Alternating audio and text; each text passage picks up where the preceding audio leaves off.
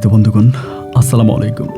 দূরে কাছে দেশে অথবা দেশের বাইরে থেকে প্রিয় বন্ধুরা, ঠিক এই মুহূর্তে যে যেখান থেকে বাস্তব জীবনের গল্প শোনার জন্য আমার সাথে জয়েন করেছেন আমি আপন। আর যে আপন জীবনের গল্পের 1378তম পর্বে আপনাকে প্রতিদিনের মতো স্বাগতম জানাচ্ছি। প্রিয় বন্ধুরা, আজ আমি আপনাকে শোনাবো বরিশালের ভাই মোহাম্মদ নাজমুল হোসেনের জীবনের আশ্চর্যজনক এক অলৌকিক ভয়ঙ্কর বাস্তব ঘটনা। বন্ধুরা, আজকের গল্পের টাইটেল কালো জাদু করে সৎ বোনকে বিয়ে। ভাইকে ভালোবাসতে বাধ্য হয় মেয়েটি। এই গল্পটা যদিও বরিশালের এক ছেলের হয়ে থাকে, তবে পুরো গল্পটা জুড়িয়েছিল রাজধানী ঢাকায়। এমনই এক মর্মান্তিক, হৃদয় বিতারক, করুণ বাস্তব ঘটনা যা শুনলে রীতিমতো আপনি আঁতকে উঠবেন। দেখেন, আমরা একটা জিনিস বিশ্বাস করি যে তুমি যা করবা এই পৃথিবীতে তাই তোমার কাছে ফিরে আসবে।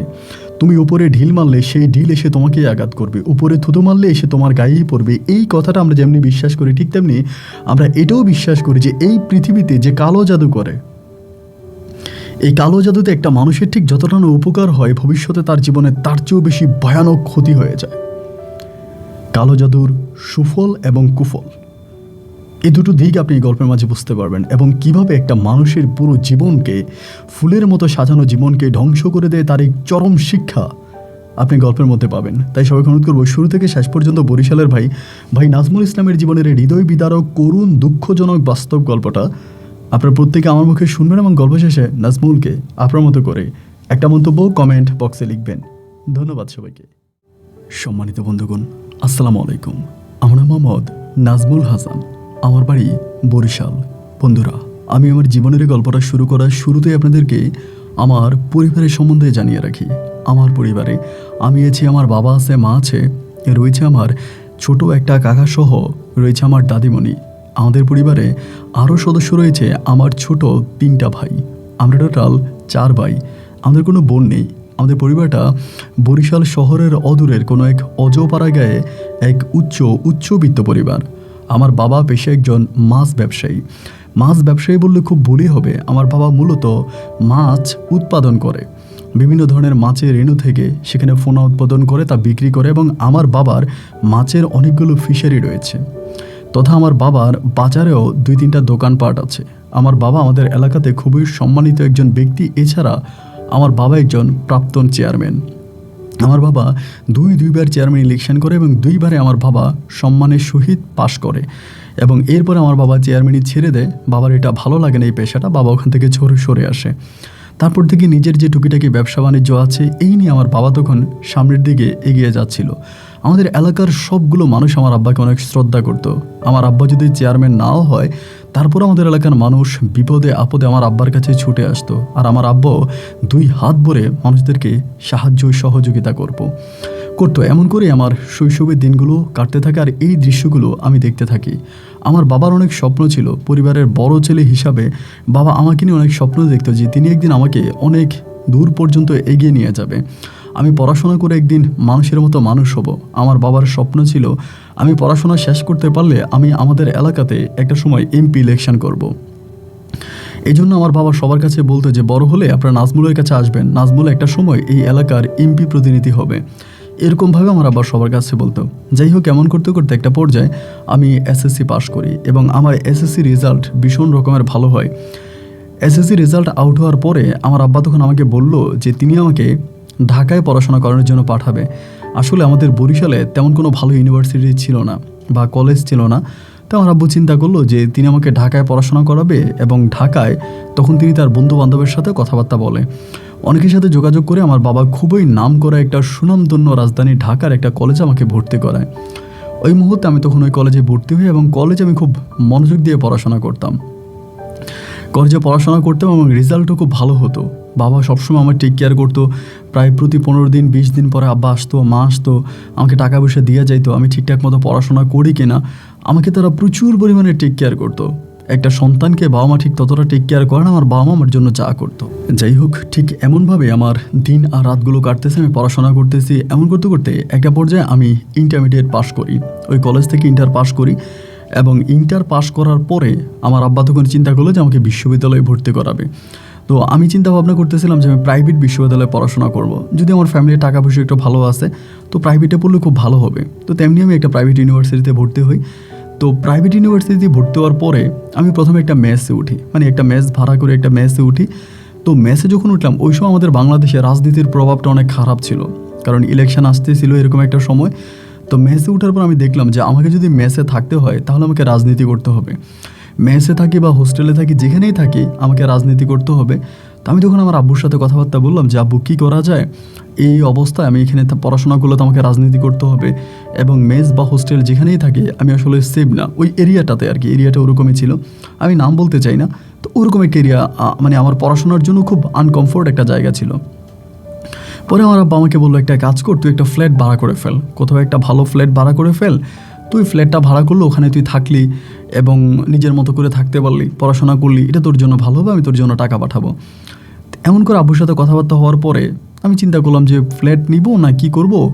তো সাবলেট আবার বাসা হয়, তো আমি চিন্তা করলাম যে আমি হঠাৎ একটা মানে আপনার সাইনবোর্ড দেখতে পেলাম, ওখানে একটা রুম ভাড়া দেওয়া হবে, একটা রুম ভাড়া দেওয়া হবে। তো এরকম সাইনবোর্ডটা দেখার পরে আমি ওই সাইনবোর্ডের যে ফোন নাম্বারটা ছিল ওদের সাথে যোগাযোগ করি। তো যোগাযোগ করার পরে তারা আমাকে বলে তাদের বাসায় যাওয়ার জন্য, এবং বাসায় গিয়ে আমি দেখেছি 3 তলার একটা রুম, মানে 3 তলার একটা বাসা। ওইটার মধ্যে হচ্ছে আপনার 3টা বেডরুম আছে, তারা একটা বেডরুম অ্যাটাচড টয়লেট সহ এটা ভাড়া দিবে। ওখানে একজন ভদ্র মহিলাকে দেখলাম এবং তার একটা মেয়ে, ওরা দুজনে ওখানে থাকে। মহিলা সম্ভবত কোথাও জব করে এবং মেয়েটা পড়াশোনা করে। তো আমাকে বললো যে আমরা এই রুমটা ভাড়া দিব, কিন্তু আমরা তো চাচ্ছিলাম যে কোনো একটা মধ্যবয়স্ক বা সরকারি চাকরিজীবী লোক বা কোনো একটা ফ্যামিলি, ছোটোখাটো একটা ফ্যামিলি চাচ্ছিলাম। তো আবার ওই মহিলার বাড়িও ছিল বরিশালে, ওনার বাড়িও বরিশাল। তো আমি তখন বললাম যে দেখেন আন্টি, আপনার বাড়িও বরিশালে, আমিও বরিশালের মানুষ, সো আপনার ওই রুমটা আমাকে ভাড়া দিলে ভালোই হয়, কারণ আমি অমুক ইউনিভার্সিটিতে পড়াশোনা করি। আমি বুঝছি যে আপনি ফ্যামিলি যাচ্ছেন, ছোটোখাটো কোনো একটা ফ্যামিলিকে ভাড়া দিবেন, কিন্তু আপনি আমাকে এটা দিয়ে দেন, কারণ আমার এখানে ইউনিভার্সিটিটা কাছে আমার পড়াশোনা একটু সুবিধা হয়। তো আমার আব্বুর পরিচয় দিলাম, উনি আমার আব্বুকেও চিনতে পারছে যে কোনো ওয়েতেই হোক। পরে আমাকে বললো যে আচ্ছা ঠিক আছে। তো ওই বাসাটায় পরে উনি আমাকে উঠালো, আমি ওনার বাসায় উঠলাম। তো উঠানোর পরে ইনা আমার প্রতি ভাই এতটাই আন্তরিক ছিল, আমি আপনাকে কি বলবো, যে ধরেন আমি মানে আমার জন্য খাবার দাবার থেকে শুরু করে সবই মহিলা রান্না করতো, এবং খাবার দাবার থেকে যা যা কিছু হলো সবই রান্নাবান্না করতো, এবং নিজের ছেলের মতো আমাকে আদর যত্ন করতো। উনি বাইরে গেলে মানে ওনার ফ্যামিলির জন্য, লাইক ওনার মেয়ের জন্য, ওনার জন্য কোনো কিছু কেনাকাটা করলে উনি আমার জন্যও করতো। এবং এক কথায় বলতে গেলে যে মনে হয় যে আমি ওনার পরিবারের একজন সদস্য, তার বাইরের কেউই না। এরকমভাবে উনি আবার ওনার বাসায় কোনো গেস্ট বা মেহমান আসলে উনি সবার কাছে পরিচয় দিত যে নাজবুল আমার ছেলে, মানে বড় ছেলে। এরকম করতে করতে ওনার মেয়ে ছিল মেঘলার সাথে আমার আবার সম্পর্কটা খুবই ভালো ছিল, ভাই বোনের মতোই। তো মেঘলা আমাকে বললো যে ওর একটা বড় ভাই নাকি ছিল, আমার মতো বয়সী ছিল, কিন্তু ওর ওই বড় ভাইটা হচ্ছে মারা যায় যখন 8-9 বছর বয়সে। তারা নাকি গ্রামে বেড়াতে যায় এবং সেখানে তার বড় ভাইটা মারা যায়। ওরকম একটা ঘটনা পাই, ইলেকট্রিক শর্ট খেয়ে, মানে কারেন্টে ধরে মারা যায়। গ্রামে তো ইলেকট্রিসিটির মানে তার বা লাইনগুলো খুবই বিশ্রীভাবে পড়ে থাকে রাস্তাঘাটে, বা একটু বৃষ্টি আসলেই মানে রাস্তার মধ্যে ইলেকট্রিক শর্ট হয়ে যায়। তো তার ভাইকে নাকি কারেন্টে ধরে ওখানে এসে মারা গেছে, মানে মেঘলা আমাকে বললো। এবং এই জন্যই তার মা আমাকে এতটা আন্তরিকতা বা এতটা ভালোবাসে। পরে আমি চিন্তা করলাম যে মহিলা যেহেতু আমাকে এতটাই ভালোবাসে, আমিও নিজের মতো করে তার জন্য বাজার সাজার কেনাকাটা থেকে শুরু করে ওনার যত যা প্রয়োজন হয় আমিও চেষ্টা করি নিজের মতো করে ওনার সাথে একটু অ্যাফোর্ড করার জন্য, থাকার জন্য। তো এমন করতে করতে একটা সময় দেখা গেল যে ওনার সাথে আমার খুব ভালো একটা বর্নিং হয়ে গেল, ভালো একটা সম্পর্ক হয়ে গেল। এবং একটা পর্যায়ে আমি জানি না এটাকে আমি ইচ্ছে করি না ইচ্ছে করে আমি জানি না, আমি ওনাকে মা করে সম্বোধন করতে থাকি। হঠাৎ করে নিজের ভিতর থেকে এই ডাকটা চলে আসে, তার মানে মায়া ভালোবাসা। আমি একটা সময় অসুস্থ হয়েছিলাম, উনি লাইক মোস্টলি পাগল হয়ে গেছে, সারা রাত কী করবে না কী করবে, মানে জ্বর উঠছিল আমার, মানে মা মেয়ে দুজনেই পাগল হয়ে গেছে, এত পরিমাণের যত্ন আত্মি করতো আমাকে। তো ওই হিসাবে আমি তখন ওনাকে মা ডাকি, এবং তিনি আমাকে ঠিক তার ছেলের মতোই আদর সমাদর করে, ভালোবাসে। আমার সমস্ত কিছুর এমনও হয় যে আমার আব্বা মাঝে মাঝে টাকা পাঠাইতে প্রবলেম হয়, তো উনি আমার জন্য টাকা পাঠায়, আমার জন্য টাকা পাঠাইতো। এমন করতে করতে আপনার রমজান মাস আসে, আমি রমজান মাসে রোজা থাকি। তো সবগুলো রোজা থাকার পরে ঈদের সময় তো ইউনিভার্সিটি বন্ধ হয়ে যাবে, 25 রমজানে ইউনিভার্সিটি বন্ধ। তো পরে আমি মেঘলাকে আর মেঘলার আম্মাকে বললাম যে আমি ওনাকে মা করে ডাকতাম, যে ওনার নাম ছিল ময়না, মানে ওই যে মেঘলার মায়ের নাম। তা আমি মা বললাম যে মা চলেন এবার রমজানের ঈদটা না হয় আপনি আমাদের সাথেই করবেন। তো ওনার তো আবার হাজব্যান্ড নাই, ওনার স্বামী মারা গেছে, তো উনি আবার ওনার বাপের বাড়িতে গিয়ে সবসময় ঈদ করে। তো আমি বললাম যে এবার আপনি আমার সাথে চলেন, আপনি আমার সাথে বরিশালে ঈদ করবেন। মানে আমাদের গ্রামের বাড়িতে। তো উনি আসলে যেতে রাজি হয় না বা যাবে না, ওরকম একটা ভাবসাব। আমি আব্বাকে ফোন দিলাম, মাকে ফোন দিলাম, তাদেরকে বিস্তারিত ঘটনা খুলে বললাম যে আমি আন্টিকে মানে ওনাকে এইভাবে আনতে চাই। তো আমার আব্বা ওনার সাথে কথা বলে, আমার মাও কথা বলে, আমার ছোটো ভাইরাও কথা বলে, আমার দাদিও কথা বলে, সবাই ওভাবে ওনার সাথে কথা বলতেছে। এবং কথা বলার পরে একটা পর্যায়ে তিনি তখন রাজি হলো যে ঠিক আছে তিনি যাবে। তো ওই ঈদে উনি তখন আমাদের বাড়িতে বেড়াইতে যায়, উনি এবং ওনার মেয়ে। তো ওনার মেয়েও দেখতে মাশাআল্লাহ খুবই সুন্দরী ছিল, ভালো ছিল। তো উনি যখন ওখানে বেড়াইতে যায়, তো রমজান মাসে তো ছিল, কয়েকটা রোজা ছিল, আমরা থাকি এবং ঈদ আসে, ঈদে আমরা প্রচুর পরিমাণের আনন্দ ফুর্তি করি। ঈদের পরের দিন আমার আম্মা তখন আমাকে একটু ডাক দিয়া বলতেছে যে নাজমুল, মেঘলার সাথে তোর কোনো সম্পর্ক আছে কিনা, মানে ডিরেক্টলি আমাকে এটা বলে। মা যখন আমাকে ঠিক এইভাবে প্রশ্নটা করে, আমি একটু বিব্রত হয়ে যাই যে কী ব্যাপার, এইভাবে কেন বলতেছে। আমি বললাম যে না মা, মেঘনাকে আমি বোনের মতো দেখি। আমার মা বলেন না, যদি কোনো সম্পর্ক থেকে থাকে তাহলে বল, আমি তোর বাবাকে দিয়ে মেঘলার মায়ের সাথে কথা বলাবো, বিকজ মেঘলাকে আমার খুব পছন্দ হয়েছে, মেয়েটা দেখতে শুনতে খুবই ভালো। পরে আমি বললাম যে মা, এটা কোনোভাবেই সম্ভব নয়, কারণ আমি মেঘলার মাকে আমি মা ডাকছি। আমি তোমাকে ঠিক যেমন করে দেখি, মেঘলার মাকেও আমি ঠিক তেমন করেই দেখি, এবং আমার নিজের কোনো বোন নাই, আমি মেঘলাকে আমার বোনের মতো দেখি, আমার পরিবারে মেঘলা আমার বোনের মতোই থাকবে। এইভাবে আমি আমার মার সাথে কথাবার্তা বলি। তো মাও তখন মানে আর বিষয়টা নিয়ে সামনের দিকে অগ্রসর হলো না। তো এরপর যেটা হইতো যে উনি আমাদের বাড়িতে অনেক দিন যাবৎ ছিল, থেকে উনি আবারও ঈদের পরে আমরা একসাথে আবার ঢাকাতে ব্যাক করলাম। তো ঢাকাতে চলে গেলাম, তখন আমি আবারও ঢাকাতে আছি, ইউনিভার্সিটিতে পড়াশোনা করে যাচ্ছি আসতেছি, সব কিছু ঠিকঠাক চলতেছে। এই সময়টাতে দেখা গেলো কি আমার আব্বা মাঝে মাঝে আমাকে দেখতে যাইতো। ধরেন আপনার 15 দিন 20 দিন পরে আব্বা আমাকে খুব ভালোবাসতো। আমার যে ভাইগুলো ছিল তাদের মাঝে আব্বু আমাকে সবচেয়ে বেশি ভালোবাসতো। তা আব্বু আমাকে দেখতে চলে যাইতো, মানে একটু মন খারাপ হলে চলে যেত আমাকে দেখার জন্য। তো আমার এখানে গিয়ে আব্বু রুমের ভিতরে 1 দিন 2 দিন থাকতো, আমার সাথেই রুমে থাকতো। তো ওই মা মানে আব্বুর জন্য খাবার দাবার থেকে শুরু করে যা যা কিছু প্রয়োজন হয় সব কিছু আমার আব্বাকে দিত। আব্বার খুবই খোঁজ খবর নিত, টেক কেয়ার করতো, যত্নার্থী করতো। এরকম করে আমার মানে ওই ফ্যামিলির সাথে আমাদের ফ্যামিলির একটা খুব দারুণ একটা বন্ডিং হয়ে যায়, একটা মধুর সম্পর্ক হয়ে যায়। তো মেঘলা তখন প্রায় অনেকটাই ছোট, আমি তখন ইউনিভার্সিটিতে পড়ি, ও সম্ভবত তখন স্কুলে পড়ে, 9 কি 10 হবে এরকমই পড়ে। কিসে পড়ে ওইটা আমি জানতাম না ওই মুহূর্তে। তো এরপর আব্বুর সাথে আমাদের এরকম করে সময়গুলো কাটতেছে, আমি পড়াশোনা করতেছি। এমন করতে করতে একটা সময় হলো কি, মানে আরেকটা কথা বলে রাখি, আমার আব্বার সাথে আমার মায়ের সম্পর্কটা কিন্তু সবসময় আপনার সাপ এবং বেজির মতো ছিল। আমার মা কোনোভাবে আব্বাকে সহ্য করতে পারতো না। আব্বার ছোটোখাটো কোনো ভুল হলেও আমার মা এটাকে বিশাল বড় করে দেখতো, এবং সবসময় আব্বুর প্রতি আমার মায়ের অন্য ধরনের একটা অনীহা কাজ করতো। মার সাথে ঝগড়া কিভাবে করবে, মার সাথে মানে মা বাবার সাথে ফাইটিং কিভাবে করবে, সামান্য বিষয় নিয়ে আমার আব্বাকে সবসময় ডিপ্রেশনে রাখতো, টেনশনে রাখতো, ঝগড়াঝাটি করতো। মানে একটা অন্যরকম অবস্থা আমার পরিবারের মাঝে তখন দেখা দিল। তো যাই হোক, এরপর আমি নিজের মতো করে পড়ে আছি, পড়াশোনা করতেছি, আল্লাহ যা ভাগ্যে রাখছে তাই হবে। এরকম করতে করতে হঠাৎ করে একদিন আমার আম্মু কী করলো, আব্বুর সাথে ঝগড়া করছে, মানে প্রচণ্ড আকারে ঝগড়া করছে, এবং ঝগড়া করে খুব মারাত্মক অবস্থা। আমার বাবা গ্রামবাসীকে ডাক দিছে, মানে গ্রামের লোকজনদেরকে ডাক দিছে যে আমার আম্মা কেন এরকম করতেছে, এবং আমার আম্মুর নানুবাড়ি থেকেও, মানে আমার নানুবাড়ি থেকেও আমার নানা ভাই, তারপর নানুমণি, আরও মানুষদেরকে আমার আব্বু ডাকাইছে। তাই মা আমারে ফোন দিয়া বললো যে নাজমুল তুই একটু আয়, মানে তুই একটু বাড়িতে আয়। তা আমি তখন বাড়িতে গেছি। আবার এদিক দিয়ে আবার মেঘলা এবং মেঘলার মা আমাকে জিজ্ঞেস করতেছে, নাজমুল কী হয়েছে তোমাদের পরিবারে, কোনো সমস্যা? আমি বললাম যে না, কোনো সমস্যা নেই। তো ওই দরবারে আমি তখন উপস্থিত হলাম। দরবারে উপস্থিত হওয়ার পরে আমার আব্বা তখন আম্মুর দোষের কথা বলতেছে, আম্মু এটা করছে, ওইটা করছে। মানে আমার আম্মু খুবই বদমেজাজি এবং রাগী ছিল। আমার মনটা অনেক ভালো ছিল, মানে ভীষণ ভালো মনের মানুষ, কিন্তু প্রচুর পরিমাণের বদমেজাজি, মানে কোনো কিছু সহ্য করতে পারতো না। 19 থেকে 20 হলে রেগে যাইতো, এবং খুবই খারাপ মেজাজ ছিল। তো ওই দরবারের মাঝে আমার নানা নানির সামনে আমার আম্মু তখন করলো কি, মানে রাগের বশবর্তী হয়ে জুতা নিয়ে আমার আব্বাকে জুতা দিয়ে মানে বাড়ি দিয়ে বসছে সবার সামনে। যখন জুতা দিয়ে আমার আব্বাকে বাড়ি মারলো, আব্বা তো ওই মুহূর্তে খুব রেগে গেল যে কী ব্যাপার, আমাকে জুতা দিয়ে মারছে, এবং আব্বু ওইখান থেকে রাগ করে ব্যাগ সব কিছু নিয়ে বাসা থেকে বেরিয়ে যাচ্ছে। আমি, আমার ভাই, তারপর সবাই মিলে আব্বুকে ধরলাম যে আব্বু আমরা এটা বিচার করব। আমার আব্বা একটা কথাই বলে, যেহেতু আমার সন্তানদের সামনে, আমার ছেলে এখন ইউনিভার্সিটিতে পড়ে, কলেজে পড়ে, স্কুলে পড়ে, আমার সেই সন্তানদের সামনে ও আমাকে জুতা দিয়ে বাড়ি মারছে, আমার এসব কোনো কিছুর প্রয়োজন নেই, আমি সব কিছু ছেড়ে এখান থেকে চলে যাব। মানে এমন একটা অবস্থা আমার আব্বার তৈরি হলো। ঠিকই আমার আব্বা রাগ করে বাড়ি থেকে বেরিয়ে গেছে, তখন আমি ইউনিভার্সিটিতে পড়ি। তো আব্বু যখন বেরিয়ে গেল, আমার ছোটো ভাইয়ের তখন আবার ইন্টারমিডিয়েট পরীক্ষা, ও পরীক্ষা দিবে ওই অবস্থার মধ্যে। তো তখন আমি কি করব আমি বুঝতে পারতেছিলাম না। তখন আমাদের মাছের ঘের, মাছ বিক্রির সময় চলে আসছে, আবার আপনার দোকান ভাড়া, মানে আব্বুর যা কাজগুলো আছে আর কি সবগুলো কাজ তো বন্ধ হয়ে আছে। আবার মানে পুকুরে হচ্ছে লক্ষ লক্ষ টাকার মাছ পড়ে আছে।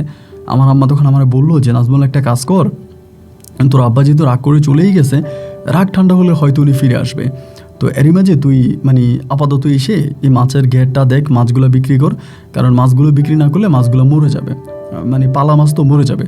তাই আমি বললাম যে আচ্ছা মা ঠিক আছে। আমি তখন কী করলাম, ঢাকা থেকে বরিশালে আবারও আসি।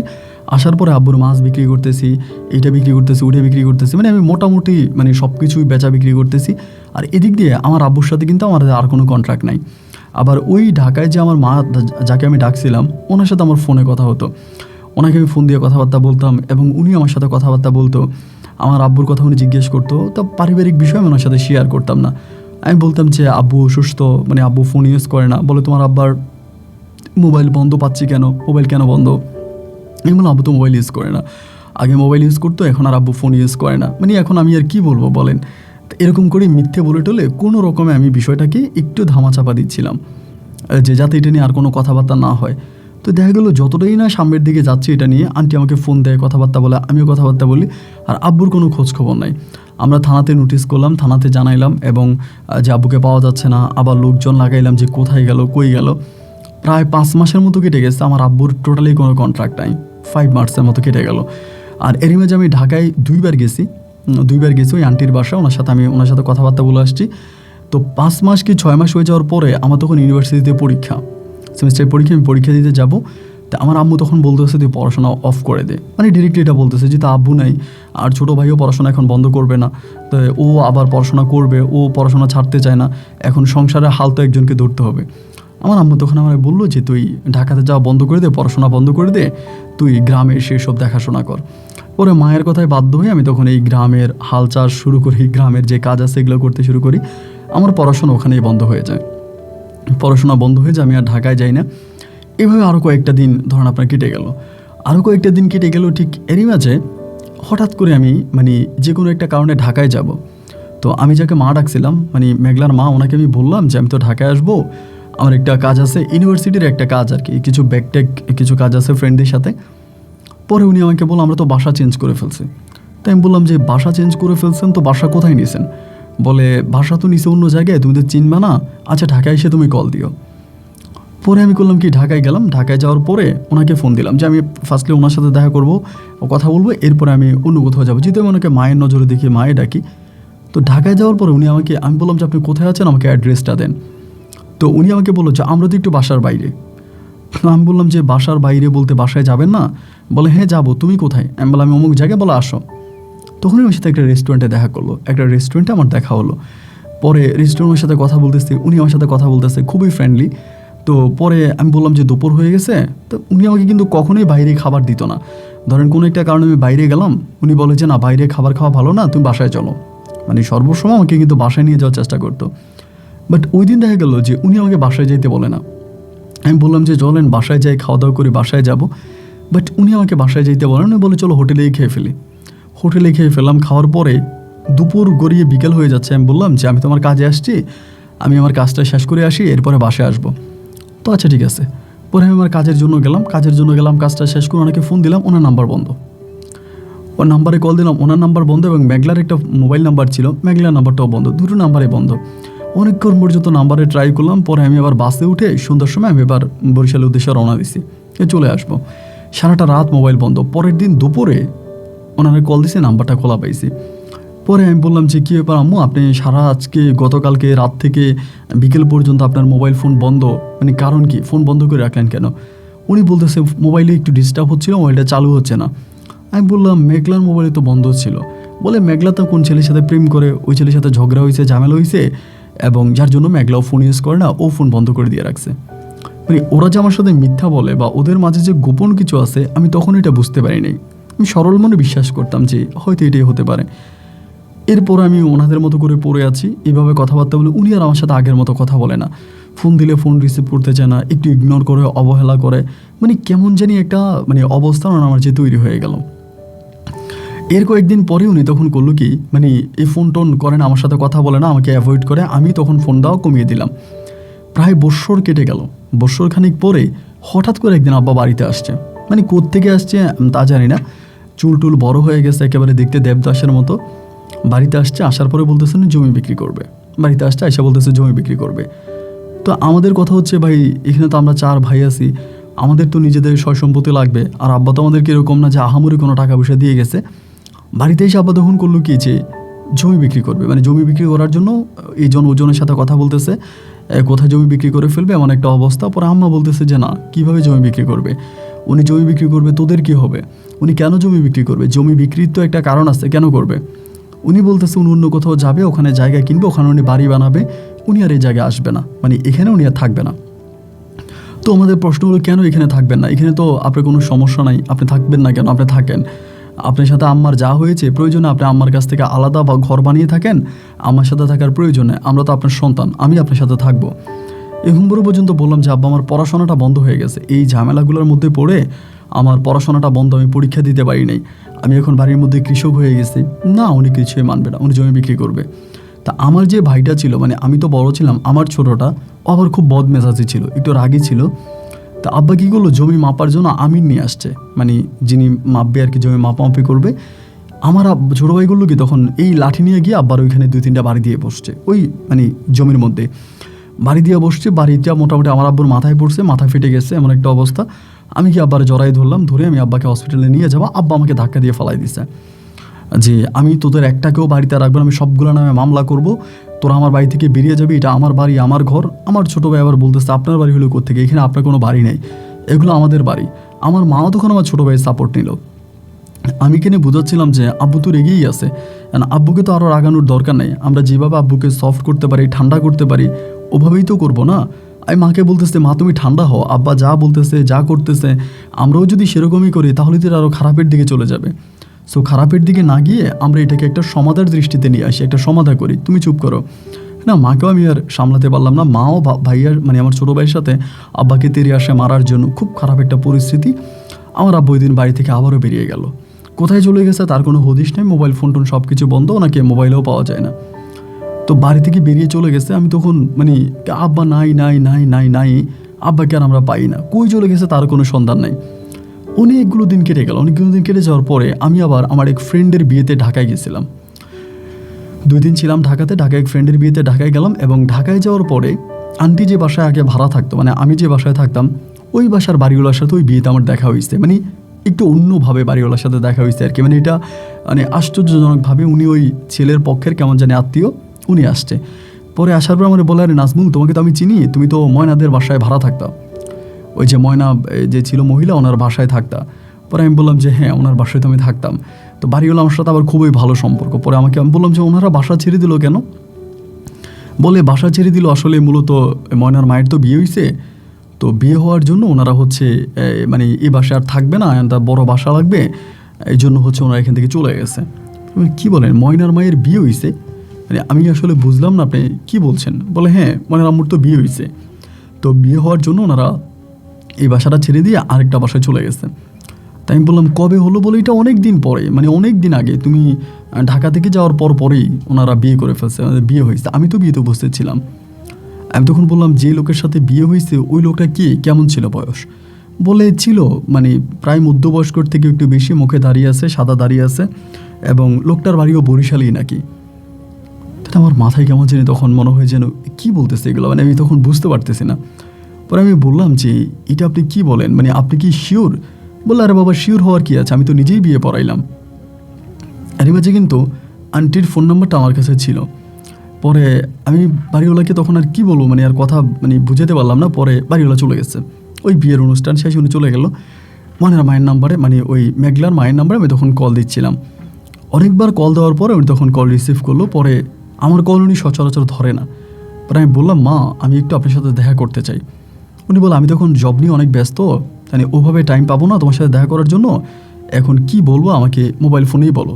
আমি তখন বললাম যে না এই কথাটা আসলে মোবাইল ফোনে বলা যাবে না, এটা সরাসরি বলতে হবে, আপনি একটু কাইন্ডলি আমার সাথে দেখা করেন, আমি আপনার সাথে একটু সরাসরি কথা বলবো। উনি আমাকে বলে না আজকে তো আমি ব্যস্ত, আজকে তো আমি মোটেও টাইম পাবো না, ঠিক আছে আমি তোমাকে জানাবো যে আমি কবে ফ্রি আছি।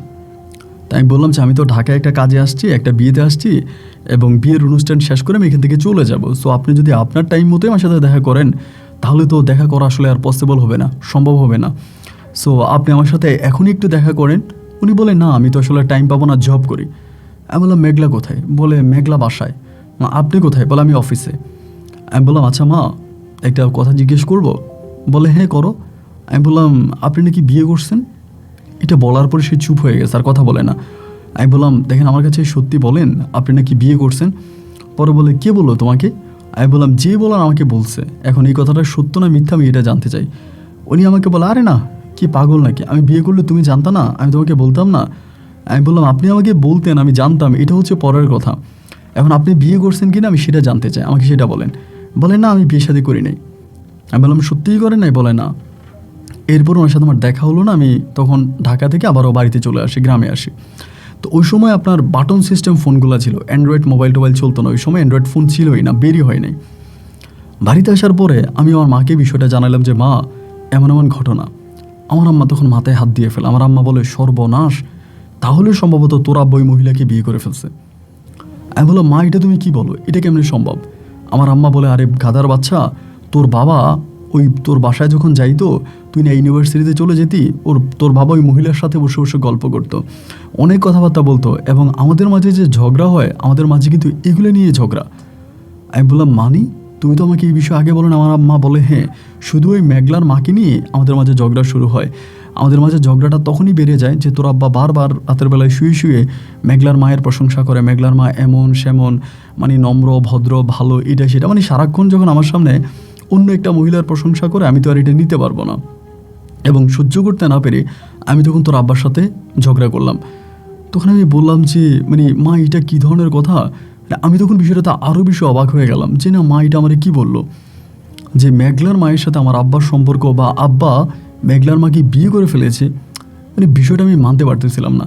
হঠাৎ করে আমার ছোটো ভাই, মানে আমার ছোটো ভাই তখন উপস্থিত ছিল, ও আমার বলে, ভাই একটা কাজ করেন না, বাড়িওয়ালা যেহেতু ওই জায়গায় ছিল, আমার আব্বুকে বাড়িওয়ালাই যেহেতু বিয়ে পড়াইছে, বা ওই মেঘলার মাকে যেহেতু বাড়িওয়ালাই বিয়ে করাইছে, তাহলে আপনি আব্বুর একটা ছবি নিয়ে বাড়িওয়ালাকে দেখান। যদি বাড়িওয়ালা আব্বার ছবি দেখে বলতে পারে যে হ্যাঁ এই লোকেরই বিয়ে হয়েছে, তাহলে তো আমরা কনফার্ম হয়ে গেলাম, আমরা মেঘলার মাকে ধরবো এবং সেখান থেকে আমরা আমাদের আব্বাকে উদ্ধার করব। তাই বললাম, আচ্ছা ঠিক আছে। এর 2 দিন পরে আমি তখন আব্বুর 1-2 কপি ছবি নিয়ে বাড়িওয়ালার বাসায় গেলাম, মানে যে বাসায় আমি ভাড়া থাকতাম। যাওয়ার পরে বাড়িওয়ালাকে পেলাম, পাওয়ার পরে ওনারা, আমি তখন ধরে বললাম যে, আঙ্কেল আসলে কিছু মনে করবেন না, আমি মেঘলার মা যে বিয়ে করছে, উনি কি এই লোকটাকে বিয়ে করছে? মানে ছবিটা দেখাইলাম। দেখানোর সাথে সাথে বাড়িওয়ালা আমাকে বলে, হ্যাঁ এই লোকটাকেই তো মেঘলার মা বিয়ে করেছে, উনিই তো। আমি তখন মানে কি বলবো, আমার বলার মতো আর কোনো ভাষা নাই। আমি মনে হয়েছে ওখানে আমি মানে জ্ঞান হারিয়ে ফেলবো, এমন একটা অবস্থা। আমি তখন বললাম যে, আপনি শিওর? উনি বলে, হ্যাঁ শিওর, আমি তো বিয়ে পড়াইছি, এই লোকটাই তো। কেন, ওই লোককে তুমি চেনো নাকি? উনি তোমার কি হয়? তখন আর কিছু বললাম না, না বলে চিন্তা করতেছি আমি এখন কি করব। আমি বাড়িতে গিয়ে আমার মাকে কিভাবে বলবো যে আমি এরকম একটা ঘটনা ঘটাইছি। আজকে আমার বাবা যে মেঘলার মাকে বিয়ে করলো, এটা তো আমার কারণেই। মেঘলার মাকে আমি মা ডেকেছি, আমার আব্বাকে আমি এই বাসায় এনেছি, মেঘলার মায়ের সাথে আমি আবার পরিচয় করাই দিয়েছি। সমস্ত ধরনের অপরাধী তো আমি, অপরাধ তো আমি করছি, মানে সব অপরাধ আমার। এখন আমি কি করব? আমি তো আমার আব্বুর লাইফ শেষ করে দিলাম, আমার পরিবারটাকে আমি ধ্বংস করে দিলাম। কান্না করতে শুরু করছি। পরে কয়েকটা ফ্রেন্ড ছিল ওখানে ইউনিভার্সিটি, ওদেরকে জানালাম। সবাই বলে যে, ফ্যামিলির সাথে আলাপ কর, বাড়ি থেকে তোর আম্মাকে জানা, তোর তো আদার্স বোন আছে, ভাই আছে, ওদেরকে জানা। সবাই জেনে শুনে, তখন দাদিমণি মারা গেছে, দাদি মারা গেছে। এখানে আরেকটা কথা আমি স্কিপ করে গেছি, আমার দাদি মারা গেছে, আমার আব্বা কিন্তু আসে নাই। আমার আব্বা জানছে কি জানে না সেটাও কিন্তু আমরা জানি না। আমার আব্বার সাথে যোগাযোগ করার অনেক চেষ্টা করছি, আব্বাকে পাই না। পর আমরা দাদির লাশ দাফন করে ফেলি। তো তখন আমি বাড়িতে গেছি, বাড়িতে যাওয়ার পরে মাকে তখন জানালাম যে, মা এমন এমন ঘটনা। বাড়িওয়ালাকে দেখাইছি, বাড়িওয়ালা বলতেছে যে হ্যাঁ এটা আমার আব্বা। আমার আম্মা তখন পাগল হয়ে গেছে যে, মহিলার আমি পাইলে এই করব সেই করব, এই মহিলাকে আমি আস্ত রাখবো না, মহিলার এত বড় সাহস কীভাবে হইলো, তোর আব্বাকে এই মহিলা বিয়ে করে ফেলছে। মানে আম্মা তখন যে কী পাগলামি শুরু করছে তা বলার মতো না। একে তো কান্দে, আবার রাগ, এই সেই। আমার ছোটো ভাই কিন্তু আবার খুব ট্যালেন্ট ছিল, ও লয়ার, তো মানে অ্যাডভোকেটের লাইনে পড়াশোনা করতো। ও তখন হলো কি, আম্মাকে বললো যে, আম্মা এটা নিয়ে রাগারাগি করলে আমরা আরও ঠুকে যাবো, আমরা হেরে যাব, যাই করবো আমরা ঠান্ডা মাথায় করতে হবে, ঠান্ডা মাথায় চিন্তা করতে হবে। তখন ছোটো ভাই আমারে বলে যে ভাইয়া এখন কি করব আপনি বলেন, মানে সিদ্ধান্ত আপনি নেন কী করা যায়। আমি তখন বললাম আমি কি সিদ্ধান্ত নিব, আমার কাছে তো ভাই কোনো সিদ্ধান্ত নাই, আমার কাছে কোনো সিদ্ধান্ত নাই, আমি কি সিদ্ধান্ত নেব আমি নিজেও বুঝতে পারতেছি না, এই সময়টাতে আমার কি করা উচিত। আমার ভাই তখন বলতেছে একটা কাজ করি আমরা, চলেন আমরা ওই আন্টির বাসায় যাই, ওনার বাসায় যাই, ওনার বাসায় গেলে তো আমরা আব্বাকে পাবো। আমি বললাম উনি তো ওনার বাসার অ্যাড্রেস আমাকে দেয় না, তো বাসার অ্যাড্রেস যদি না দেয় আমি কিভাবে পাবো। এমন করে আবার ওনার গ্রামের কোনো ঠিকানা কিন্তু আমি জানতাম না, যে ওনার গ্রামের কোনো ঠিকানা এটাও আমি জানতাম না। পরে আমার ছোটো ভাই আর আমরা দুজনে মিলে তখন এভাবে যাচাই করতে করতে করতে করতে কীভাবে পাওয়া যায় পরে হঠাৎ মাথায় একটা আইডিয়া আসলো যে মেঘলার একটা বান্ধবী আছে, মেঘলার খুব ঘনিষ্ঠ একটা বান্ধবী আছে, এই মেয়েটার নাম হচ্ছে সুমনা। তো আবার সুমনারা কিন্তু বাড়িওয়ালা, মানে ঢাকার বাড়িওয়ালা, সুমনাদের নিজেদের বাসা আছে। পরে আমি চিন্তা করলাম যে সুমনাদের বাসায় যাই, এবং সুমনাদের বাসায় গিয়ে যদি সুমনার মাধ্যমে দেখি যে মেঘলার সাথে সুমনার কোনো যোগাযোগ আছে কি না, মেঘলারে পাইলে এরপর আমি মেঘলাকে ধরে আমি সুমনাকে পেয়ে যাব, মানে সুমনাকে ধরে মেঘলাকে ধরবো এবং মেঘলাকে ধরে ওর মাকে আমি ধরবো, কারণ ওর মা তো আর আমার সাথে দেখা করে না, কেন করে না এটা তো আমি এখন বুঝতে পারছি। পরে আমার ছোটো ভাই আর আমি দুজনে প্ল্যানিং করে তখন ওই মেয়েটার বাসায় গেলাম, সুমনার বাসায় গেলাম। যাওয়ার পরে আমি তখন সুমনা তো আমার সাথে খুব ভালো ফ্রেন্ডলি সম্পর্ক ছিল, তখন আমি সুমনাকে ধরলাম, সুমনা তখন কলেজে পড়ে, ধরে বুঝে বললাম যে বোন যেভাবেই পারো আমার সাথে একটু মেঘলা দেখা করাই দাও। পরে বলে ভাইয়া মেঘলা তো আসলে আগের মতো দেখাশোনা করে না আমার সাথে, এবং শুনতেছি ওর নাকি বিয়ের কথাবার্তাও চলতেছে, বিয়ে হয়ে যাবে। আচ্ছা ঠিক আছে দেখি দেখা হয় কিনা, আমি কালকে আপনাকে বলবো। তো আমি আর আমার ছোটো ভাই তখন মেসে ভাড়া ছিলাম, ওই মানে হোস্টেলে ভাড়া ছিলাম ঢাকাতে, হোটেলে ছিলাম রাতের বেলায়। সকালবেলা তখন ওই সুমন আমাকে বলতেছে যে ভাইয়া মেঘলার সাথে কথা হয়েছে, আমাদের একটা মেয়ে বান্ধবীর বাসা, আমি সহ মেঘলা সহ যাবো, আপনার ওইখানে আইসেন। তাই আমি বললাম যে ও বলে যে ভাইয়া ও মেঘলা যাতে বুঝতে না পারে যে আমি আপনাকে অ্যাড্রেস দিয়েছি বা আপনি আমার মাধ্যমে এখানে আসছেন, তাহলে কিন্তু মেঘলা রাগ করবে, আপনি একটা কাজ করেন আপনি অমুক রেস্টুরেন্টে থাকেন, আমি ওখানে মেঘলাকে নিয়ে যাব। পরে আমি ওই রেস্টুরেন্টে গেলাম এবং রেস্টুরেন্টে থাকলাম, থাকার পরে এই সুমনা তখন মেঘলাকে নিয়ে ওই রেস্টুরেন্টে আসছে, তখন প্রায় আপনার 12টা কি 1টার মতো বাজে ওই টাইমে। আসার পরেই সুমনা তো মানে মেঘলা তো আমাকে দেখে মানে দাঁড়ায় গেছে, ওখান থেকে চলে যাবে। আমি দূর দিয়ে হাত চেপে ধরছি, মেঘলা যায়ও না, বসো কথা আছে। পরে আমাকে বলে না ভাইয়া হাত ছাড়েন, আমার আম্মু বকা দিবে, আমার আম্মু বলছে আপনার সাথে কন্ট্রাক্ট না করার জন্য, কথা না বলার জন্য। তাই আমি বললাম মানে আমার অপরাধটা কি, তোমার আম্মা তোমাকে বলছে আমার সাথে কথা না বলার জন্য, আমার সাথে কন্ট্রাক্ট না রাখার জন্য, এখন এটাতে তো আমার কোনো একটা অপরাধ আছে তাই না? সো এখন বলো যে আমার কি অপরাধ, আমার কি অপরাধে তোমরা আমার সাথে যোগাযোগ বন্ধ করে দিলা, আমার সাথে কন্ট্রাক্ট অফ করে দিলা, মানে কারণটাকে আমি জানতে চাই।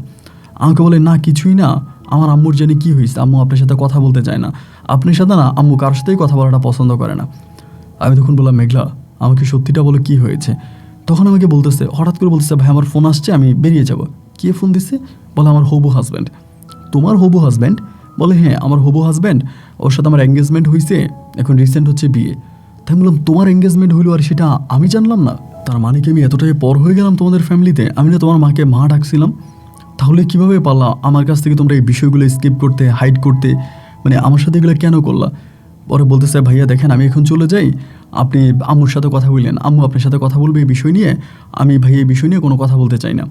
তো দেখলাম যে এখানে রেস্টুরেন্টের মাঝে মানুষ জড়াজড়ি করতেছে বা অনেকে ফলো করতেছে, যেহেতু একটা পাবলিক প্লেস একটা সমস্যা হয়ে যেতে পারে। তখন আমি বললাম যে আচ্ছা ঠিক আছে ওকে সমস্যা নাই, তুমি চলে যাবা? বলে হ্যাঁ চলে যাবো। তা আমার ছোটো ভাই কিন্তু আমার সাথে ছিল না, ও কিন্তু নিচে ছিল। পরে আমি আমার ছোটো ভাইয়ের ফোন দিয়ে বললাম যে তুই বাসার অ্যাড্রেসটা নিয়ে নে, মানে ওর পিছনে পিছনে ফলো কর।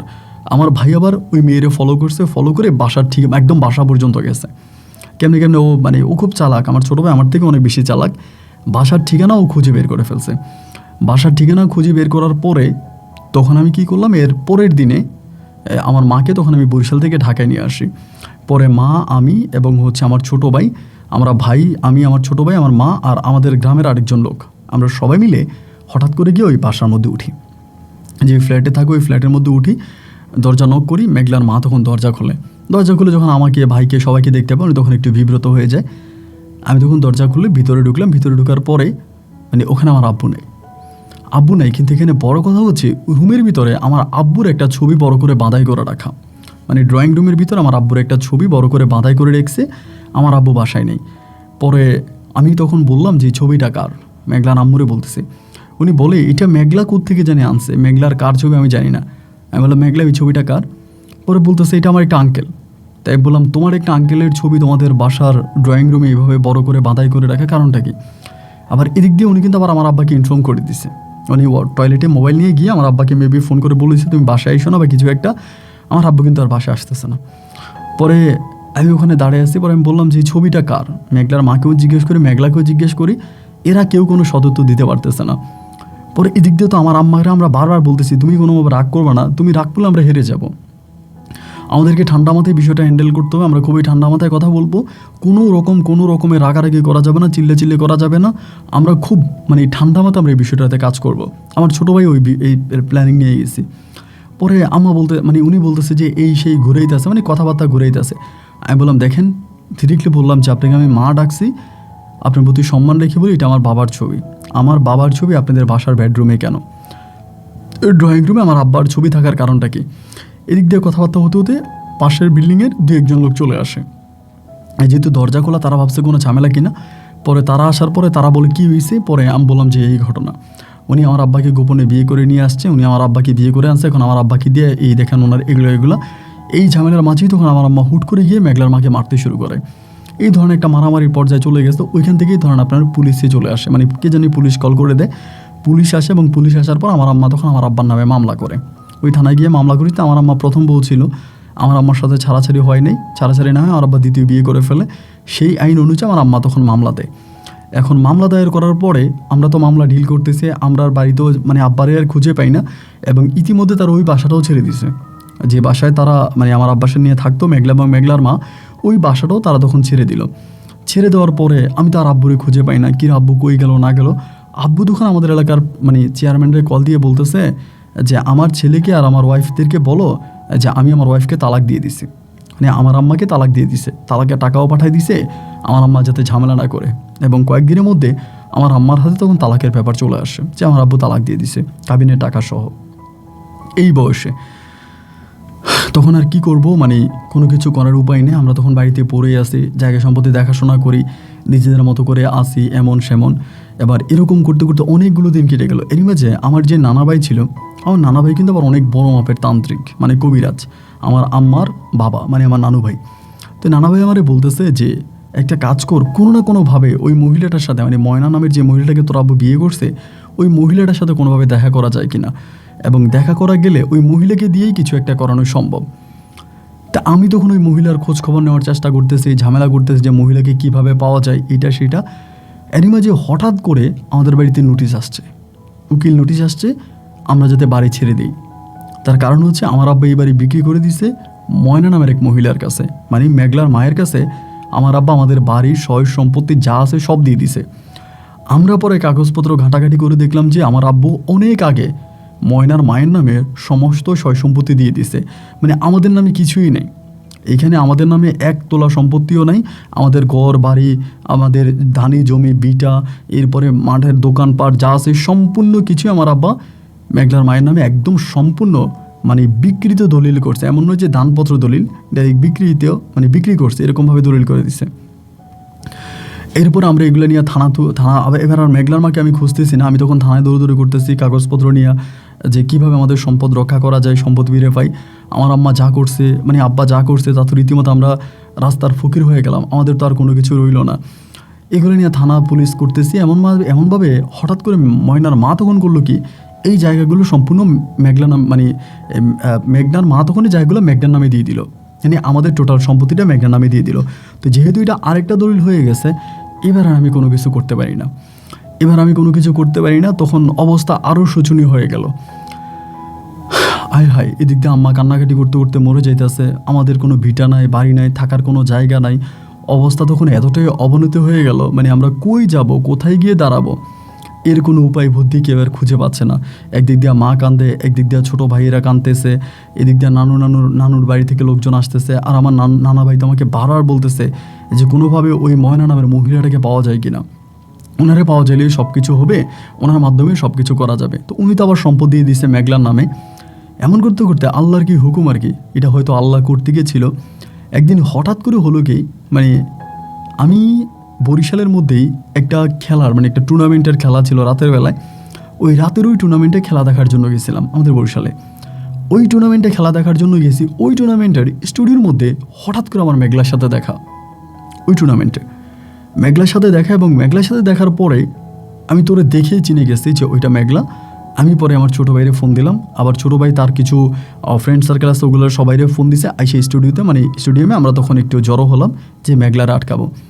তখনই জানতে পারি মেঘলা ওই এলাকারই এক ছেলে, মানে নাম করা ছেলে, ব্যবসা বাণিজ্য করে। ওই ছেলের মানে ওই ছেলেকে মেঘলা মানে বিয়ে করছে। ওই ছেলে হচ্ছে ওখানে খেলতেছে, মানে ফুটবল খেলতেছে, এই ছেলে মাঠে খেলে। তো ওই ছেলেকে আমরা আবার চিনি খুব ভালো করে। ওই ছেলেকে চিনি, ওই ছেলের নাম হচ্ছে বাপ্পি। বাপ্পি ভাইয়ের সাথে আবার আমাদের ভালো সম্পর্ক, আমারও ভালো সম্পর্ক। কিন্তু বাপ্পি যে মেঘলার বিয়ে করছে এটা আমি কখনো কল্পনাও করতে পারি না, বা এটা আমি জানিই না। অবশ্যই এটা আমাদের এলাকা থেকে বেশ দূরে, আমার না জানারই কথা। পরে জানতে পারলাম ওখানে বিয়ে করছে। পরে আমি বাপ্পি ভাইয়ের মাধ্যমে যেভাবেই হোক এলাকার লোকজন ধরে মেঘলার নাম্বারটা আমি তখন ম্যানেজ করি। মেঘলা তখন ওইখানেই থাকতো, মানে বাপ্পি ভাইদের বাসায় থাকতো, ওইখানে থাকতো, গ্রামে থাকতো। আর আমার মা মানে ময়না, মানে মেঘলার মা আর আমার আব্বা আলাদা ঢাকাতে বাসা ভাড়া থাকতো, না কীভাবে থাকতো এটা আমি জানি না। পরে ওর ফোন নাম্বার দিচ্ছে। ফোন নাম্বার নেওয়ার পরে আমি তখন বললাম যে মেঘলা, তোমাদের সাথে আমার পারিবারিক সম্পর্ক ছিল, ভাই বোনের সম্পর্ক ছিল। আমি তোমাকে এখনও বোনের নজরে দেখি। আমাদের জায়গা সম্পত্তি এগুলোর প্রতি কোনো লোভ নাই। আমার আব্বার সম্পত্তি আব্বা যাকে খুশি তাকে দিয়ে দিবে, বা তুমি নিয়ে নিছো, বা তোমাকে দিয়ে দিছে, বা তুমি তোমার হাজব্যান্ডকে দিবে, আমাদের কোনো আপত্তি নেই। শুধু তোমাকে আমি অনুরোধ করে বলি যে আপাতত আমাদের ঘর বিটাটা ফিরিয়ে দাও, যাতে আমরা ঘর বিটায় আপাতত থাকতে পারি। আমরা তো কোথায় যাবো বলো, আমাদের তো ঘর বিটাটা ফিরিয়ে দাও। এভাবে মেঘনাকে মানে মেঘলারের ফোনের মাধ্যমে বুঝাইলাম, অনুরোধ করলাম, কান্নাকাটি করলাম। এবং একটা পর্যায়ে মেঘলা তখন রাজি হলো যে ঠিক আছে, আমাদের ঘর বিটাটা আমাদের নামে ফিরিয়ে দিবে, কিন্তু এটা আমি ওর মাকে অথবা মানে আমার আব্বাকে জানাইতে পারবো না, মানে কাউকে জানাইতে পারবো না। গোপনে গোপনে ঘর বিটাটা আমাদের নামে ফিরিয়ে দিবে। তো এই কথা বলার পরে ওই বাপ্পি ভাইকে ফাঁকি দিয়া মেঘলা তখন আমার সাথে দেখা করে। এবং দেখা করার পরে মেঘলা তখন আমাদের যে ঘর বিটাটা ছিল ওই ঘর বিটাটা আমাদেরকে ফিরিয়ে দেয়, মানে আমাদের 4 ভাইয়ের নামে আমাদের ঘর বিটাটা দিয়ে দেয়। তো বিটাটা অলরেডি আমরা বাড়িটা পেয়ে গেছি, কিন্তু বাকি সব কিছুই মেঘলার নামে। এই অবস্থার মধ্যে তখন এখন কি করব, হঠাৎ করে আমার নানা ভাই আমারে বলে একটা কাজ কর, এই মেয়েটার সাথে একটা ভালো সম্পর্ক কর, যেভাবে পারিস মেয়েটার সাথে একটু ভালো সম্পর্ক কর, মেয়েটার সাথে একটু কথাবার্তা বল, এবং বাকি সব কিছু তোর করার দরকার নাই, বাকি সব কিছু আমি করে দিব, এবং সহজেই দেখবি তুই সব কিছু পেয়ে যাবি। তাই আমার নানা ভাই আমাকে কীভাবে বললো আমি জানি না। পরে আমি মেঘলাকে ফোন দিতাম রাতের বেলায়, মেঘলা কী করো। তো বাপ্পি ভাই তো বেশিরভাগই ব্যবসার কাজে বাইরে থাকতো, বাসায় খুব একটা আসতো না। পরে ওর সাথে আমার ফোনে কথাবার্তা হতো, মাঝে মাঝে দেখা করতাম, মানে ভাই বোনের মতোই সম্পর্ক। যেহেতু আমার সৎ বোন, আমার আব্বা তো স্টিল এখনও ওর মার সাথে সংসার করতেছে, ওই অবস্থার মধ্যে আছে। তো ভাই বোনের মতো সম্পর্ক। এই অবস্থার মধ্যে আমি ওর সাথে তখন আস্তে আস্তে করে সম্পর্কের মানে ঘনিষ্ঠতা অনেক বাড়াই ফেলছি। এখানে একটা বড় ধরনের ঘটনা আছে যেটা শুনলে আপনি অবাক হয়ে যাবেন আর কি, আমি এখনও বলি নাই, বলবো। তো মানে এভাবে তখন মেঘলার সাথে আমার সম্পর্কটা আস্তে আস্তে করে ভালোর দিকে যাচ্ছে। এই সম্পর্কটা ভালোর দিকে যাচ্ছে, আমার সাথে ফোনে কথা বলে যোগাযোগ করে। এই করতে করতে একদিন আমাকে বলতেছে, আচ্ছা তুমি কি তোমার আব্বুর বিষয়ে কোনো কিছু জানো? কীভাবে বলে। আমি বললাম যে তোমার আব্বুর বিষয়ে আমি কী মানে আমার আব্বুর বিষয়ে আমি কী জানবো। অনেক দিন পরে কথাটা বলতেছে। পরে আমাকে বলে তোমার আব্বুর সাথে তোমার কথা হয়? আমি বললাম না, বহু বছর ধরে কথা হয় না। আব্বু কোথায় আছে তাও তো আমি জানি না। পরে মেঘলা আমারে বলতেছে যে তোমার আব্বু কোথায় আছে আমি কিন্তু জানি, আমি তোমার আব্বুকে তোমাকে দেখাইতে নিয়ে যাবা? আমি বললাম যে হ্যাঁ যাবো না কেন, আব্বুকে দেখার জন্য পাগল হয়ে আছি। পরে মেঘলার সাথে আমি ঢাকায় যাই। ঢাকায় যাওয়ার পরে আজিমপুর গোরস্থানে তখন আমার আব্বার কবরটা মেঘলা আমাকে দেখায়, যেটা আমার জন্য সবচেয়ে বেশি শর্ট একটা কারণ ছিল। মানে কি বলবো ভাই, মানে আমাকে বলে আমার আব্বা নাকি মারা গেছে আজকে প্রায় 1 বছর মতো হয়ে গেছে। আমি বললাম আব্বু মারা গেছে, অ্যাটলিস্ট আমাদেরকে কি একটু জানানো যাইতো না? আমরা কি জানতে পারতাম না? বলে হ্যাঁ তোমাদেরকে জানাইতে পারতাম, কিন্তু আব্বু মরার আগে ওসিয়ত করে গেছে যাতে তোমার বা তোমার ফ্যামিলির কাউকেই যাতে বিষয়টা না জানাই, কারোর সাথেই যাতে আব্বু না জানে, এবং তোমার আব্বুর লাশটাও যাতে তোমাদেরকে না দেখাই। এটা আব্বু বলে গেছে, আব্বুর লাশটাও যেন তোমাদেরকে না দেখাই, এবং আমরা যাতে লাশ দাফন করে ফেলি। আব্বু এইভাবে স্টেটমেন্ট দিয়ে গেছে লয়ারের সামনে। তো আব্বু লিখিত দিয়ে গেছে সব কিছু, এবং লয়ারের সামনে এগুলো বলি করা হয়েছে। আব্বু মরে গেল যাতে লাশ মানে না দেখানো হয়। তা আব্বু তখন মারা গেছে, মারা যাওয়ার পর আমরা ওখানে দাফন করে ফেলি। বাড়িতে এসে খবর জানাই, মা কান্নাকাটি করে, ছোটো ভাইয়েরা কান্নাকাটি করে, কবরস্থানে যায়, আব্বুর কবরস্থানে বসে কান্নাকাটি করে, খুবভাবে কান্নাকাটি করে। পরে মেঘলার সাথে আমার সম্পর্কটা খুব ভালো হয়ে যায়, মানে খুবই ভালো হয়ে যায়। ও আমার সাথে দেখা করে, যখন খুশি তখন আসে, দেখা সাক্ষাৎ করে। এইভাবে আমার নানা ভাই তখন আমারে বলল যে একদিন হঠাৎ করে আমার নানা ভাই আমার হাতে একটা পাথর দিয়ে দিল, এবং এই পাথরটা একটু অন্যরকম একটা পাথর ছিল।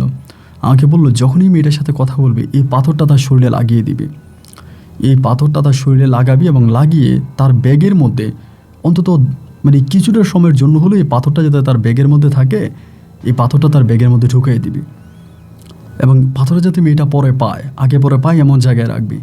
তো নানা ভাই যখন এটা আমাকে বললো, আমি যখন মেঘলার সাথে দেখা করলাম, দেখা করার পরে ওই পাথরটা আমি মেঘলার শরীরের মধ্যে স্পর্শ করাইছি, মেঘলা বুঝতে পারেনি, এবং এরপরে এই পাথরটা আমি মেঘলার ব্যাগের মধ্যে ঢুকাই দিচ্ছি, ওইটাও বুঝতে পারেনি।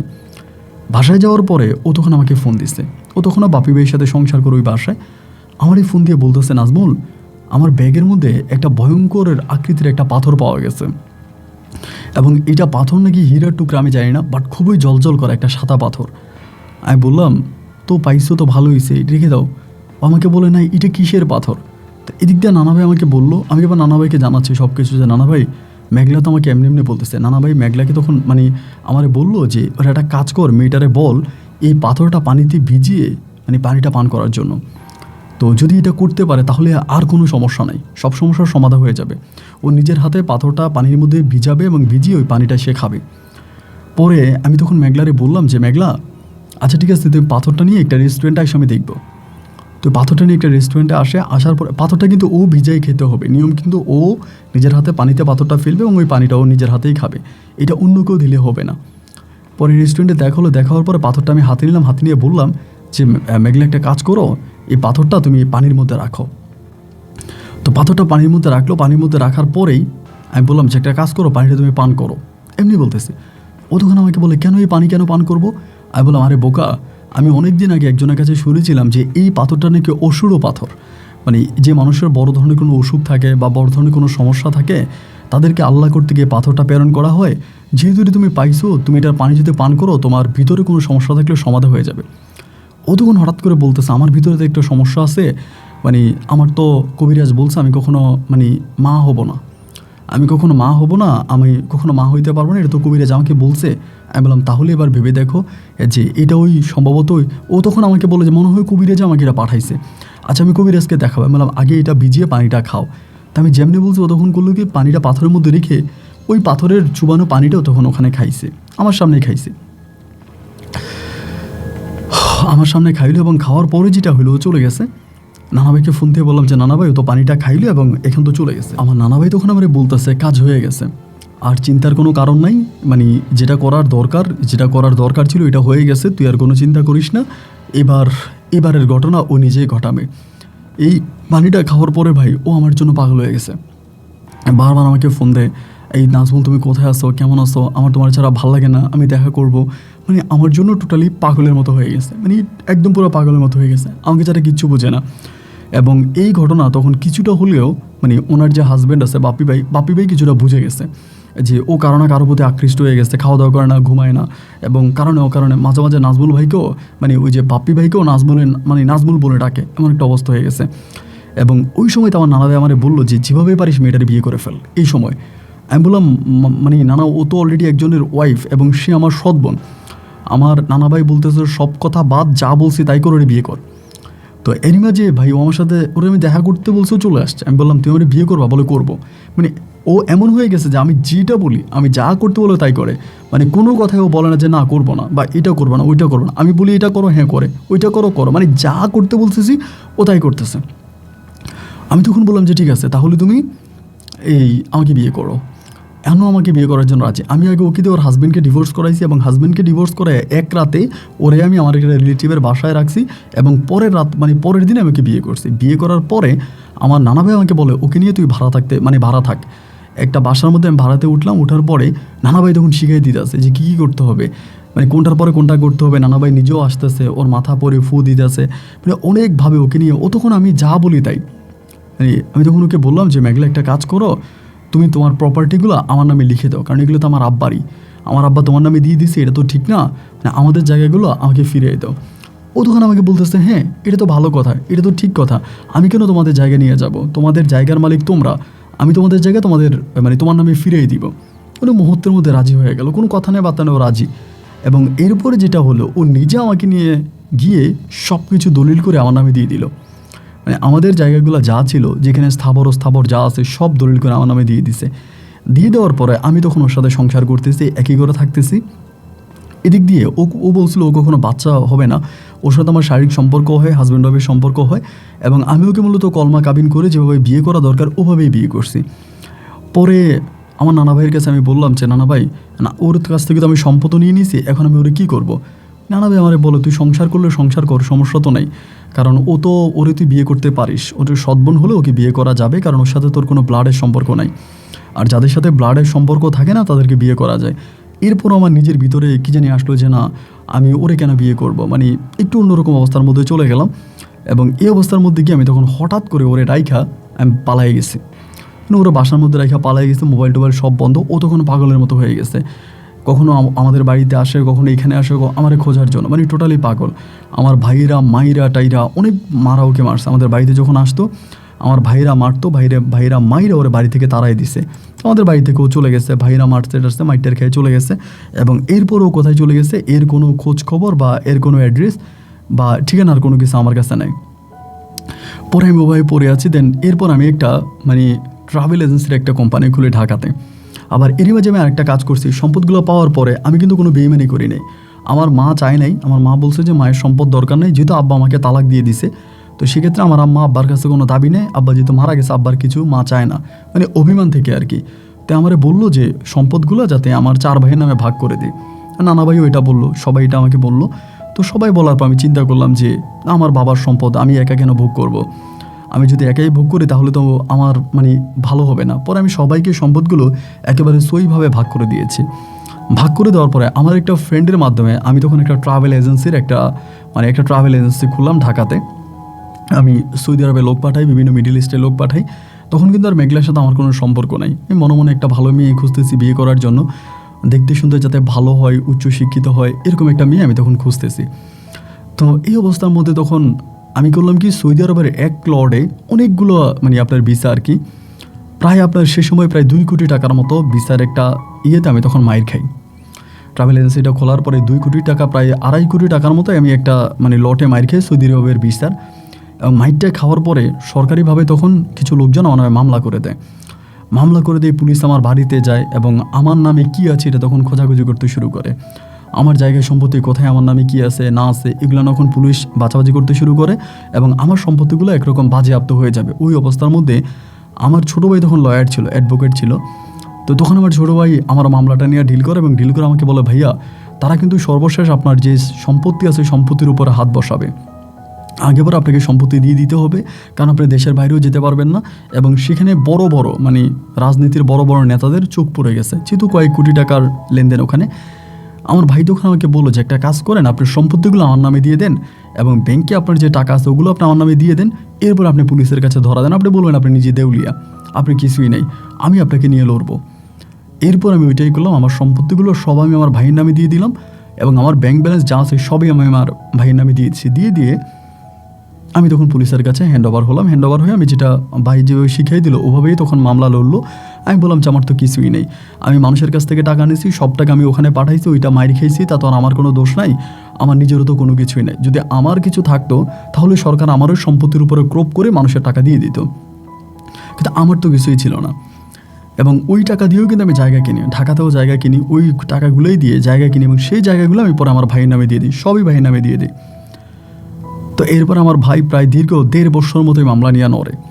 1.5 বছর মামলা নিয়ে আমার ভাই দৌড়দৌড়ি করে, মানে ভাই দৌড়দৌড়ি করার পরে 1.5 বছর পরে আমি মোটামুটিভাবে এই মামলা থেকে মোটামুটি বেকসুর খালাস পাই।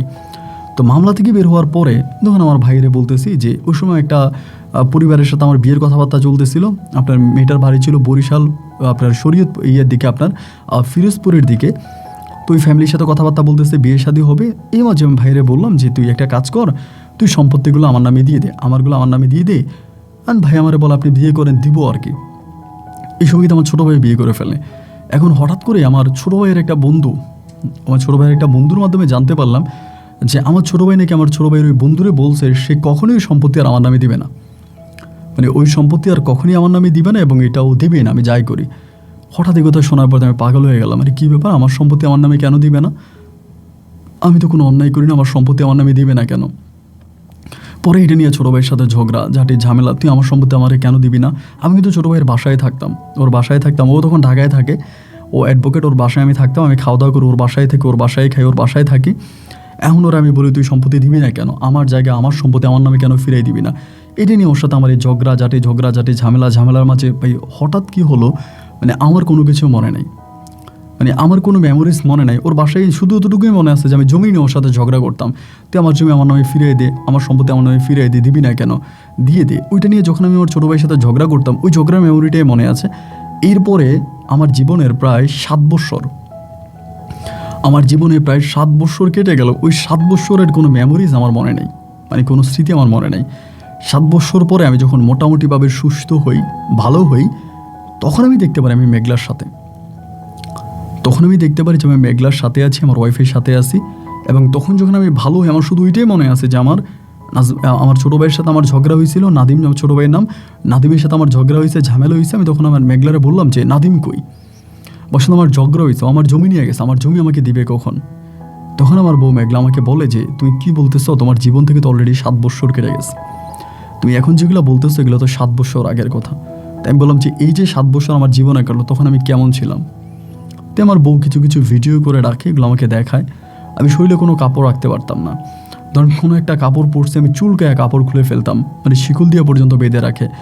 আমার ভাইরা আমাকে রাস্তায় বের করে দেয়, আমি রাস্তায়, ঢাকার রাস্তায় টোটালি কাপড়বিহীন রাস্তার মধ্যে দৌড়াদৌড়ি করি, উলঙ্গ অবস্থায় রাস্তায় দৌড়াই এবং পাগল অবস্থায় আমি ঘুরি। এবং সেইভাবেই মেঘলা কোনো না কোনোভাবে জানতে পারে আমার অ্যাড্রেস। ওখান থেকে মেঘলা তখন আমাকে রাস্তা থেকেই তুলে নেয়, তুলে নিয়ে আমাকে গোসল করায়, ঠিকঠাক করায়, পরিষ্কার করে। এবং ও আমাকে সর্বোপরি নিজে একটা চাকরি করে, ও এবং ওর মা দুজনেই চাকরি করতো। এবং আবার মেঘলার মা, এর মাঝে মেঘলার মা মারা গেছে, উনিও চাকরি করতো, উনিও নাকি আমার অনেক টেক কেয়ার করছে, অনেক যত্ন করছে।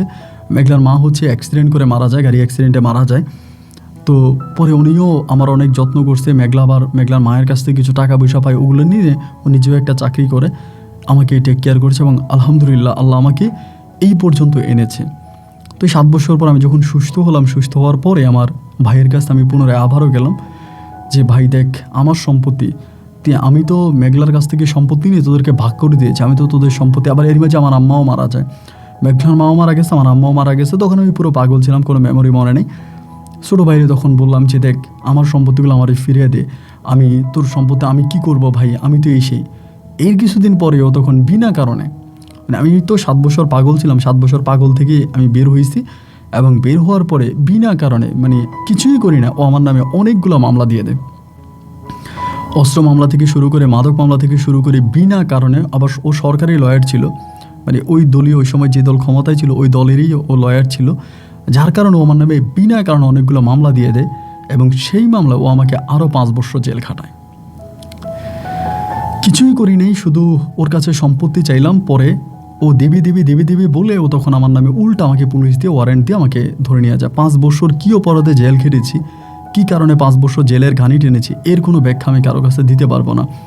যে আমি 5 বছর কেন আমাকে জেলে রাখলে। 5 বছরে মেঘলা আমার কাছে যাইতো, মেঘলা আমার কাছে আসতো, মেঘলাকে বারবার বলতাম যে তুমি বিয়ে করে ফেলো, তুমি বিয়ে করো, তুমি আমার জন্য তোমার জীবনটা নষ্ট করো না, তুমি বুড়ি হয়ে গেছো, তুমি বিয়ে করো। কিন্তু ভাই ও আর বিয়ে করে নাই, ও বিয়ে করে নাই এবং ও বিয়ে করবেও না। আমাকে বারবার একটা কথা বলে আমি বিয়ে করবো না। এবং 5 বছর পরে আমার সাজা মৌকুফ হয়, বা মেঘলা নিজেই কীভাবে জানে আমাকে বের করে আনে। আমি তখন বের হওয়ার পরে আমার মেঘলার সাথে আমি তখন থাকি, আমার একটা কন্যা সন্তান হয়। তো আমার মেয়েটার মাথায় হাত দিয়ে ওয়াদা করায় যে শপথ করো তুমি আমার মেয়ের মাথায় হাত দিয়া, আজকের পর থেকে তুমি আর তোমার ভাই নাদিমের সাথে এটা নিয়ে ঝগড়া করবা না বা যাবা না, তোমার সম্পত্তি চলে গেছে, তুমি আর কখনোই এটাকে ফিরে পাওয়ার চেষ্টা করবা না। তখন আমি আমার সন্তানের মাথায় হাত দিয়ে আমার বউয়ের কাছে ওয়াদা করলাম যে ঠিক আছে, আমি আজকের পর থেকে, ঠিক এখনকার পর থেকে আমি আর কখনোই এই সম্পত্তির জন্য যাব না। আমার ভাইয়ের কাছে আমি সম্পত্তি চাইবো না, আমি আমার সন্তানকে নিয়ে, তোমাকে নিয়ে যেভাবে আসি এভাবে আমি আমার জীবনটা কাটিয়ে দিব। তো আজ আমার মেয়েটা অনেক বড় হয়েছে, মেয়েটা অনেকটা বড় হয়ে গেছে। আমার ওয়াইফ এখনও হচ্ছে ও জব করে যে টাকা বেতন পাচ্ছে তা দিয়ে আমি এবং আমার ওয়াইফ, আমার মেয়ে আলহামদুলিল্লাহ খুব ভালোভাবেই চলে যাচ্ছে, আমাদের কোনো সমস্যা নাই। এবং আমি আর আমার ওয়াইফের নিত্যদিনের সঙ্গী হচ্ছে আপনাদের গল্পগুলো। আমরা গল্পগুলো শুনি, ভৌতিক গল্প দেন অথবা যে ধরনের গল্পই দেন, আমরা সবগুলো গল্পই শুনি। তো আমি আমার ওয়াইফ দুজনেই মিলে যে আপনার কাছে আমাদের করুণ কথাগুলো বলে আমরা রাজধানী ঢাকার মধ্যে একটা ছোট্ট বাসায় ভাড়া থাকি। আমার বউ অল্প টাকা বেতন পায়, সেই অল্প টাকার মধ্যে আমি অনেকটা সুখে আছি। একটা সময় কোটি কোটি টাকা হাতে ছিল, কিন্তু সে সময় ওই সুখটা পাই নাই। আজকে আমার বউকে নিয়ে ছোট্ট একটা কুড়ে ঘরে আমি যতটা সুখে আছি। আমার ভাইরা আমার সাথে বেইমানি করেছে এবং সেই বেইমানির শাস্তি হয়তো আল্লাহর কাছে সে একদিন পাবে। আমি বিচার আল্লাহর কাছেই দিলাম, দুনিয়ার কারো কাছে আমি আর কোনো বিচার চাই না। আপন ভাই, আমি আপনাকে আমার একজন ফ্যামিলি মেম্বারের মতো মনে করি। যদি পারেন কোনোদিন আমার বাসায় এসে ঘুরে যাবেন, আপনার দাওয়াত রইলে, আমার বাসার অ্যাড্রেস আপনাকে দিলাম। যদি পারেন একদিন এসে আমাকে দেখে যাবেন। ভালো থাকবেন। আসসালামু আলাইকুম।